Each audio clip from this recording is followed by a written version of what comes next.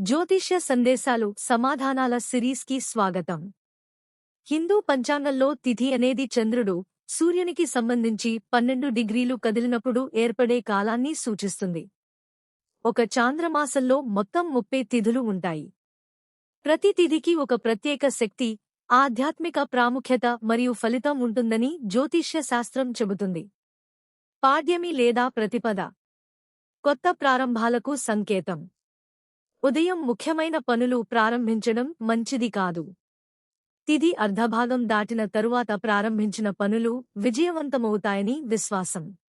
కొత్త వస్త్రాలు ధరించడం, ఇంటి శుభ్రత, దేవతారాధన చేయవచ్చు.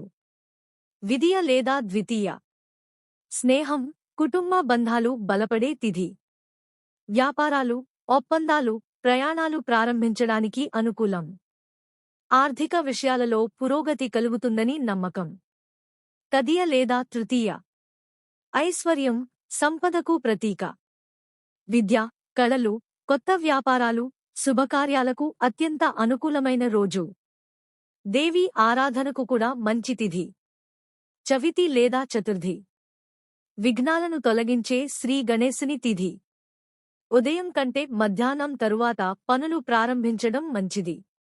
గణపతి పూజ చేస్తే అడ్డంకులు తొలగుతాయని విశ్వాసం. పంచమి నాగదేవతల అనుగ్రహం లభించే తిథి. విద్య, వైద్యం, ప్రయాణాలు, ఉద్యోగ సంబంధ పనులకు శుభప్రదం.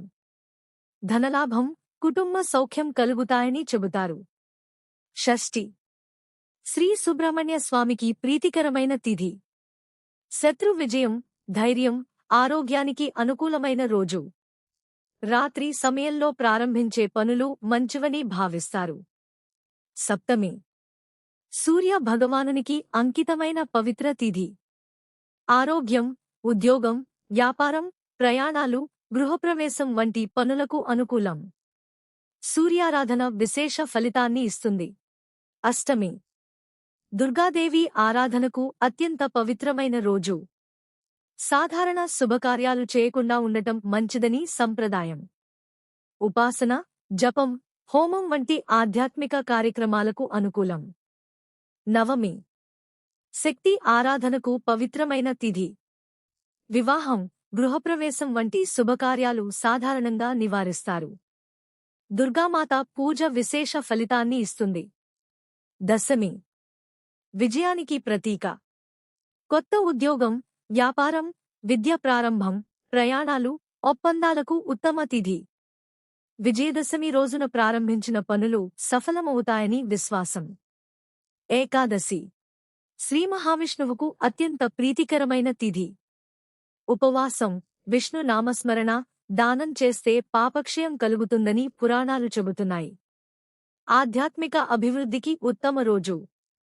ద్వాదశి ఉపవాస విరమణకు పవిత్రమైన రోజు. ప్రయాణానికి ముందు భోజనం చేసి బయలుదేరితే శుభం, లాభం కలుగుతుందని నమ్మకం. దానధర్మాలు చేయడం శ్రేయస్కరం.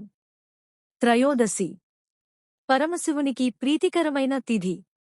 ముఖ్యంగా ప్రదోషకాలంలో శివారాధన చేస్తే పాప విమోచనం కలుగుతుందని విశ్వాసం.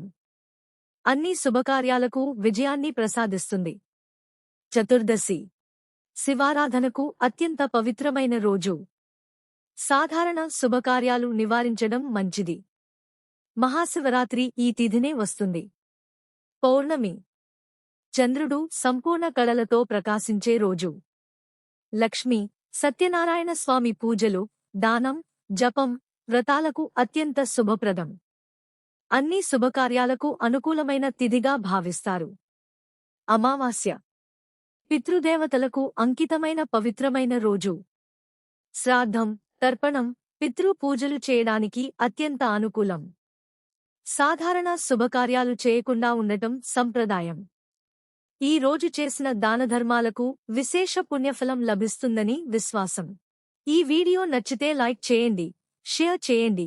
ఇలాంటి ఆధ్యాత్మిక మరియు ఆసక్తికరమైన విషయాల కోసం మా రమ్య స్పిరిచువల్ టాక్స్ ఛానల్ను సబ్స్క్రైబ్ చేయండి.